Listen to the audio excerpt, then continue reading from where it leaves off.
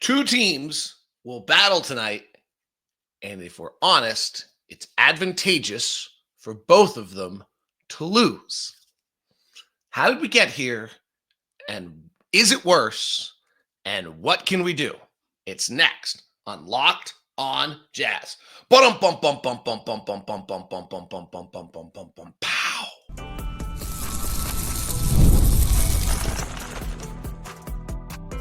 You are Locked on Jazz, your daily podcast on the Utah Jazz. Part of the Locked on Podcast Network. Your team every day. How are you? I'm David Locke, radio voice of the Utah Jazz, Jazz NBA insider. This is Locked on Jazz. It's your daily podcast on the Utah Jazz, giving you insight, expertise, geeky numbers, and hopefully making it way better to be a Jazz fan each and every day. Thank you so much for making Locked on Jazz your first listen of the day. We are free and available on all podcasting apps as well as on YouTube. So thank you very much. On today's show, we're going to look at this weird world of reverse draft order and what it does to competition in all sports. But right now, in the midst of an NBA season, I'm sure the NHL is dealing with the exact same thing. Is it, in fact, louder than it's ever been? Is it, in fact, getting worse? There are two things that have happened in the league that have accentuated this. I will say that. We're going to look at three methods to fix it. But then I also ask a question like, what about player development? So that is what we're looking at today. For that, to the everydayers out there, thank you so much for taking the time to join us each and every day on Locked on Jazz. You make the show what it is. Thank you very much. Today's show is brought to you in part by Prize Picks. Prize Picks is the download the app today. Use the code LOCKEDONNBA to get $50 instantly when you play your first $5 lineup. Prize Picks, run your game. One note before we start. If you didn't see it, Locked On and Amazon Fire TV have combined for Amazon Fire's bracket breakdown. And for those of you who've been with us the whole time, I always tell you the everydayers, you're part of like building this entire network. This is a massive thing for us. So if you have an Amazon Fire Stick or have access to Amazon Fire TV, check out the bracket breakdown. Gordon Hayward was the NBA analyst, was the college men's basketball analyst, along with Monique Billings, and then our experts off Locked on College Basketball. The women's also have a show as well with Monique Billings, a young woman named Jordan Robinson as a star, and Howard Megdal from our Locked on Women's College Basketball. They're both super shows. Huge day for Locked On. You should feel part of it because that's what you've helped build. So just want to get that. All right. So we have a funky game tonight. The Utah Jazz play the Washington Wizards, and the Jazz are 15-54, and the Wizards are 15-52, and both have been eliminated, and it is advantageous for each team to lose tonight. That's weird. That's contrary to what we do. So what do we do about it? And how big a deal is it? And how do we get here? So the first thing I think we have to say at all these things, I have never seen a coach to lose, and I've never seen a player play to lose, particularly the second one. Once the ball top goes tonight, those guys that are playing will play their best they can because 29 other teams are looking for them as well. And if they don't put out their all-out effort, they're making a bad career decision. So that is the one thing on this that I think is kind of misleading. Like Philadelphia the other night, it's advantageous for Philadelphia because of their draft position to lose some games. Went to overtime with Houston, who's really good because the players play hard every single night or the best they can or represent themselves the best they can. So I do think that in that sense, some of this is overblown and cannot be denied that the players are going to give every ounce of what they have once they're on the floor. How much they play, who plays, those things, that's where we are. All right, this is not new. The first kind of most highly profile one was done by Greg Popovich, who's going to go to the Hall of Fame as the greatest coach of all time. And the Warriors, which is another one of the most respected franchises of all time, has one of the most egregious of all time when they went to try to make sure that they got a draft pick. And I think lost 20 of 21 to end the season. Okay. So this is not new, right? Like, I think that's an important kind of differentiation I think the Warriors won, by the way, for those who are not aware of it, was the 2011-2012 season, if I remember correctly. And they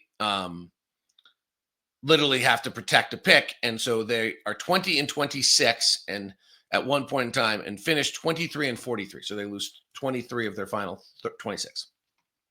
Okay, it was pretty egregious. This is not new.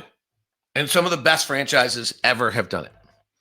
It's not unique to the NBA either. It might be a little louder in the NBA because an individual player matters more and because of the fact that we play so many games. But Major League Baseball's begun to see it. The NFL has certainly seen it. Anytime you have reverse draft order to performance, this is what happens. So it's not unique to the NBA. The problem for the NBA is two things. One is it works. The individual player is so good and so important in this league. If you get that guy, then all of a sudden you're much better than you were otherwise. Frankly, Cleveland did it, and they're in first in the East. And Oklahoma City did it. They're in first in the West. And Houston did it, and they're in second in the West. So it works. And then, as we've talked about in this show a lot, the idea that it ruins your culture isn't really true either. So the downside is, to some extent, fairly limited, other than the season you go through. And we're in the midst of it. So I think that's the first thing. The players are playing hard. The coaches are coaching hard. It's not unique to the NBA, but it's louder in the NBA. It's been done by the most esteemed franchises in the game because it works and it does not ruin culture. I do think it's loud to us right now because we're living it. And we've never really lived it before. In fact, we had plenty of voices for the last 2 years that yelled and wished we were doing it more. Now we're feeling it. I also think that there has been two things that have changed inside the NBA that are making it more pronounced than it's ever been before. So if you're building an NBA franchise or roster, there are three mechanisms by which you can add an NBA player: free agency, draft, and trades, right? Free agency, draft, and trades. Free agency, for all intents and purposes, is dead. It's middle-level players switching teams. Paul George was a rarity. It was like the first time an all-star switched teams in a long time. Players get traded when they ask out. But for all the things we got here, free agency is dead. And because free agency is dead, and part two, the salary cap is more stringent than it's been before, what ends up happening is that teams are trading. The way they're acquiring better players is to trade for those players.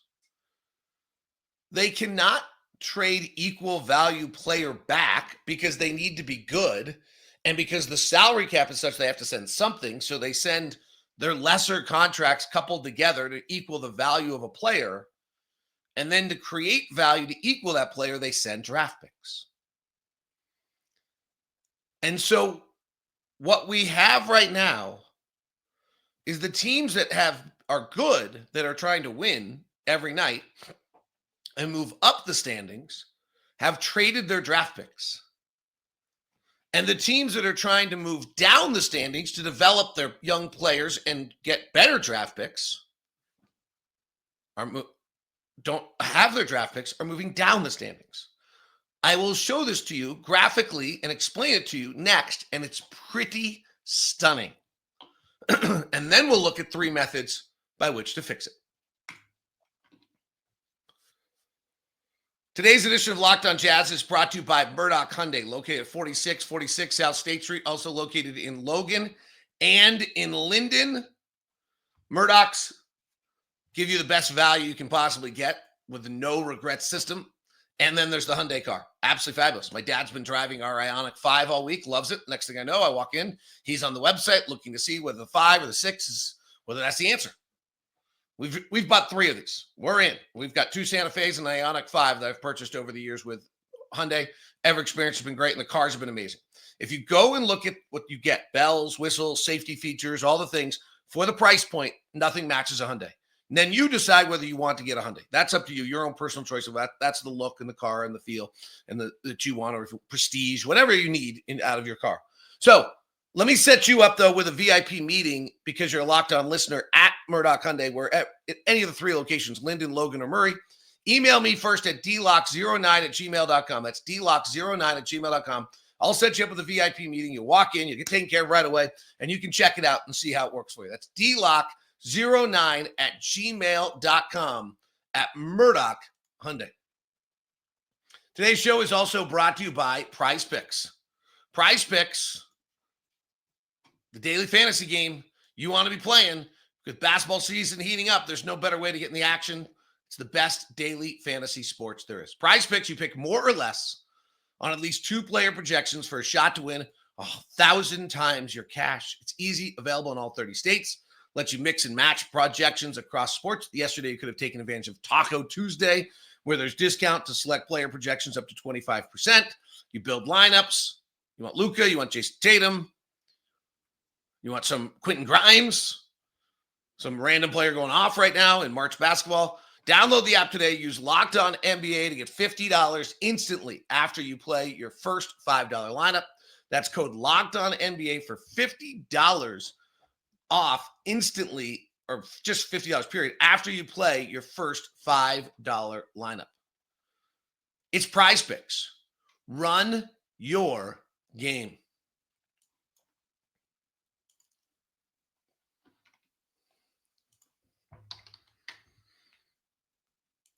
All right, I want to show you a graphic from a website called Tankathon because they show it better than anyone else.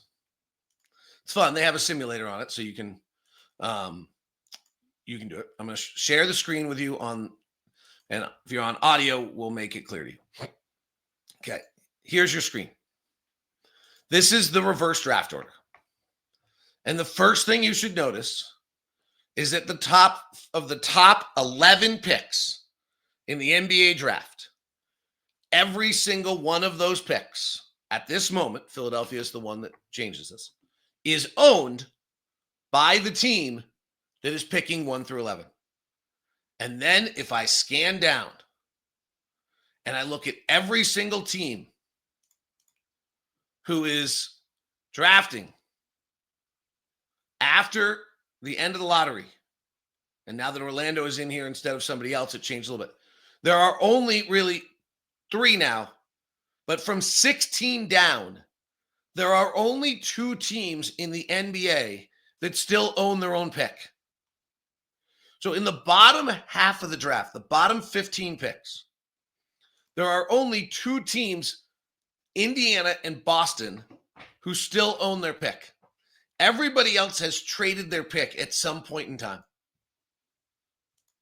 And if you go back up top and you look at it at 12 and down, so teams that thought they were going to be good, the final 18 picks, all but 4 of them, 5 of them, no, 4 of them, all but 4 of them have traded their picks. The discrepancy here between teams that have their pick and don't is a little new in this league. And that's because of the fact that free agency is dead. And so if you're good and you want to add a player, you're going to have to trade for him. And then because the salary cap is so restrictive, you really got to trade draft picks. And this is creating a wider discrepancy between teams than we've ever had before. That's pretty stunning. You look at the draft, the top 11 teams all own their pick, and of the final 18 teams, only 4 teams do. Dallas, who thought they'd be good, Orlando, Indiana, and Boston.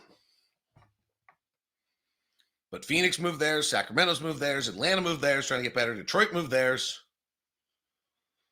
Milwaukee Okay, you got it. I don't need to read all of them. Okay. So how do we fix it? Well, first thing, I don't know if we do. Like, I really think that actually might be part of the conversation. This just might be the natural life cycle of teams. Doesn't feel great when we're doing it, but I don't know that I totally think it has to be changed either. I'll be honest on that. I'd be curious to ask a Houston fan right now if it's worth it. I'm pretty certain I can ask an Oklahoma City fan. They'll tell us it's worth it. I'm pretty certain I can ask a Cleveland fan right now and they would say it's worth it. So if you're planning to follow the sitcom that is the NBA for multiple seasons, maybe it doesn't need to be fixed. But if you do think it needs to be fixed, there are 3 ideas that are kind of floating, that I've read, that I've heard of, that are floated around, that are worth discussing. So one is the wheel. This is the longest outstanding idea. I think it was from Mike Zarin of the Celtics, or at least someone in the Celtics. And the idea of the wheel is that over 30 years, every team drafts in a spot. It's predetermined. We would know our draft position every year for the next 30 years. And I guess probably for the next 60 and the next 90 in theory, if we don't think that AI robots are playing by that point. So this gets interesting.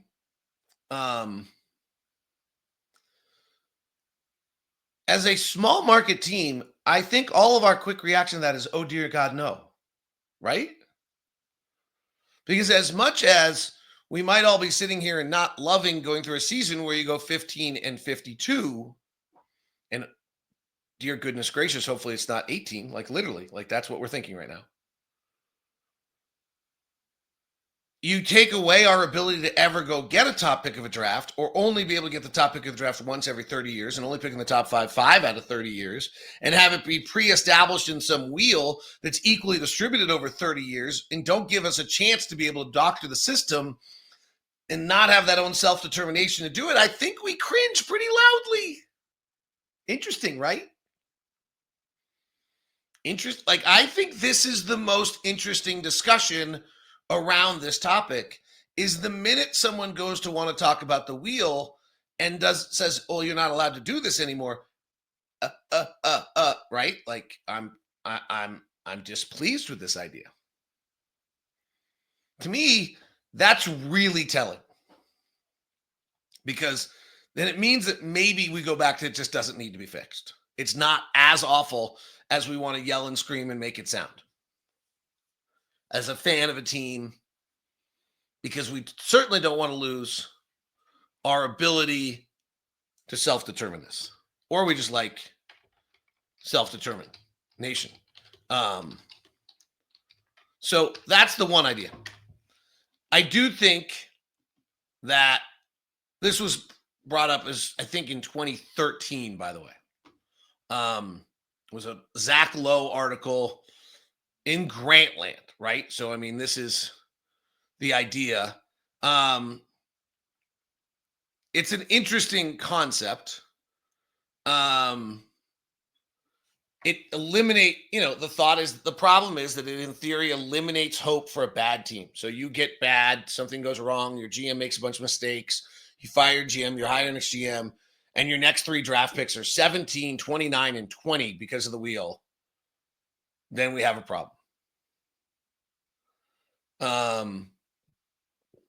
And you also have a hard time with giving your fan base some hope. So that's the wheel. The 2 other systems have to deal with trying to incentivize winning after some sort of point in time. And we'll hit on those next on Locked On Jazz.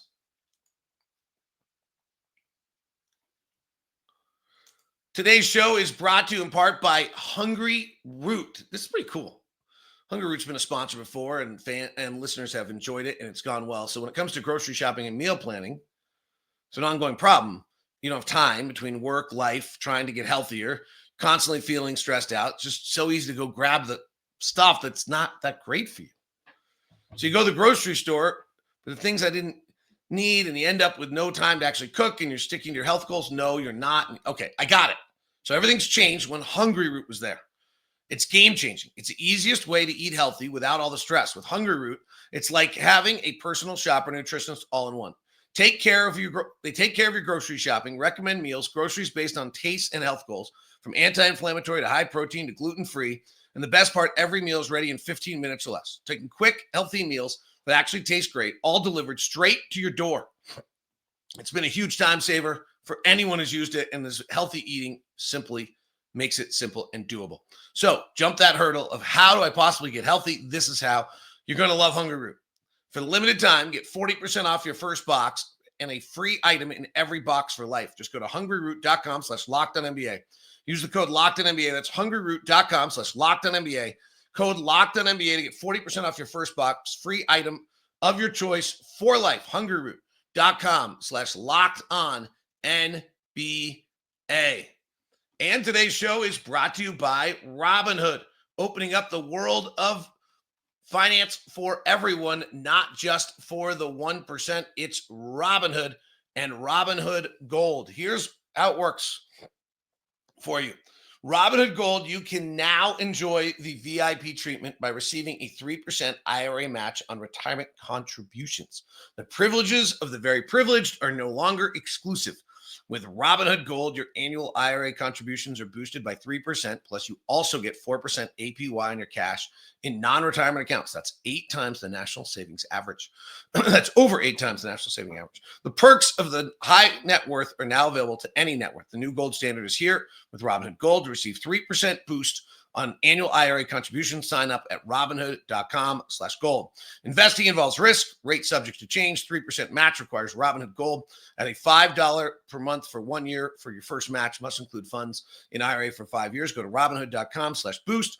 For 8%, the over 8% national average account interest rate claim is based on data from the FDIC. As of November 18, 2024, Robinhood Financial LLC, member SIPC. Membership Gold is offered by Robinhood Gold LLC.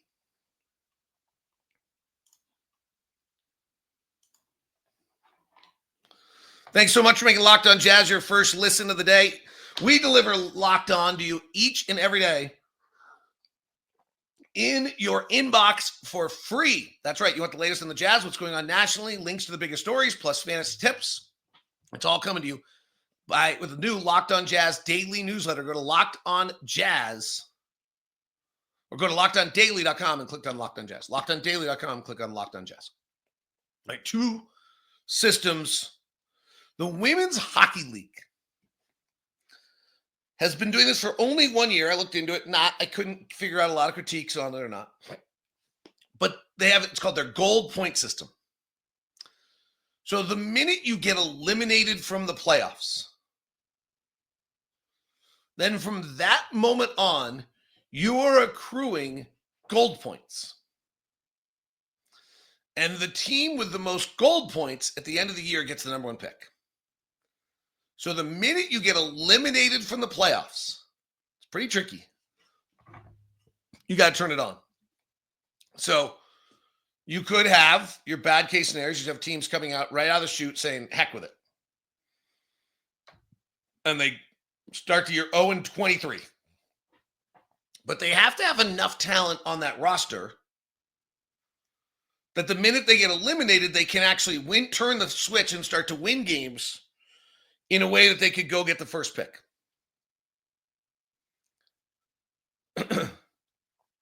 This is probably the most interesting one out there. It's a real trick of like how you would manage this.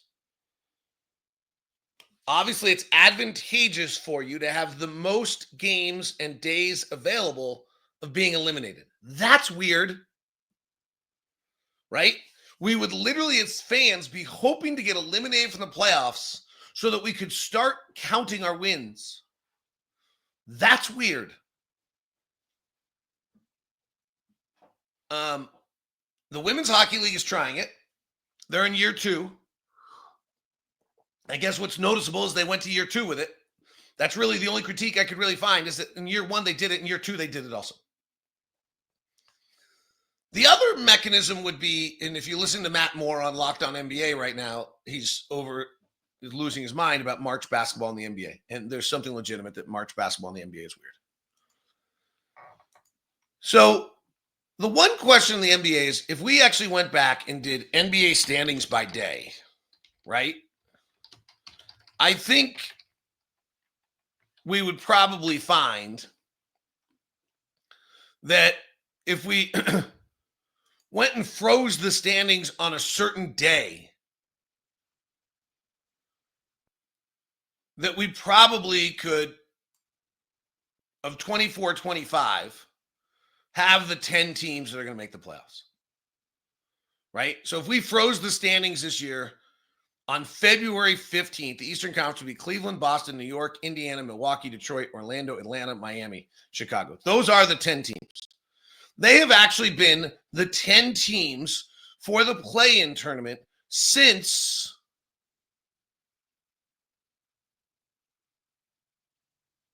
I think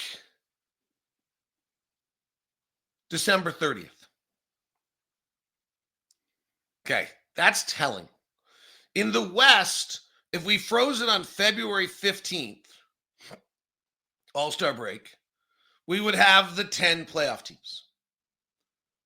We've had the 10 playoff teams in the Western Conference since January 14th. It fiddles out faster than you think. I think there's something here.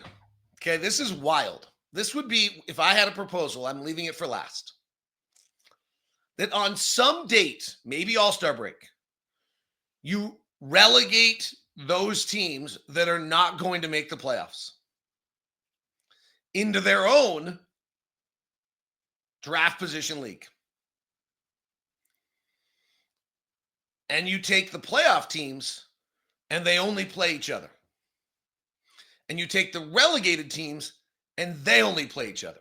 Now, I don't quite know how to do this, because every NBA fan base should have Giannis Antetokounmpo coming to town, and should have Kevin Durant coming to town, should have Steph Curry come to town.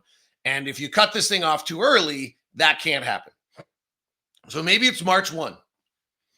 And then for the final 20 games of the season, the 20 playoff teams only play each other. I don't know. They all play each other once. I don't know how. I've not thought this that far through. And for the final, maybe it has to be 21 games. And for the final 20 games of the season, only the 10 non-playoff teams, 5 in each division, if I have that right, in each conference, play each other. And you have a brand new set of standings, and then that's your draft order. Now, I think you end up in the same issue, or there's 2 issues here. There's like 5. There's all sorts of problems here. Let's make sure. This could be a terrible idea. So the first thing is, the reason I think this might work goes back to what I showed on the screen earlier from Tankathon.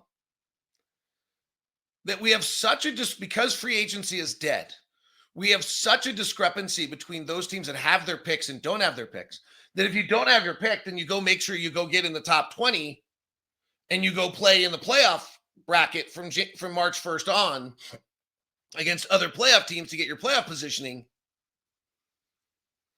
because you don't own your own pick. And so you're not going to, you don't want to be in that other group.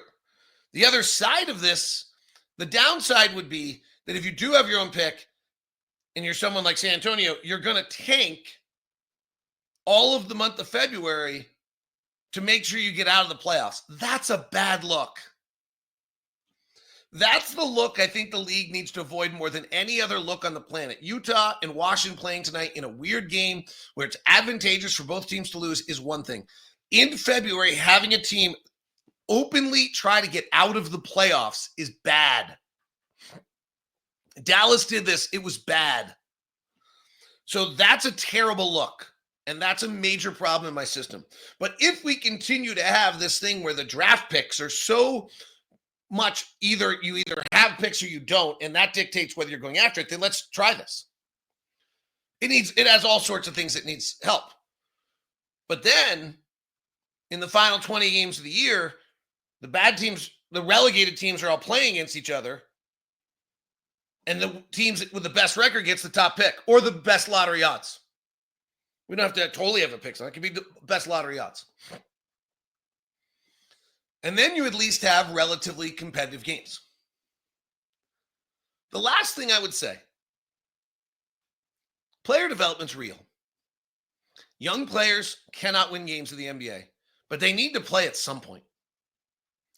You start screwing with all of this, and the unintended consequence would be that the Isaiah Collier, the Kyle Filipowski, and the Cody Williams don't play at all.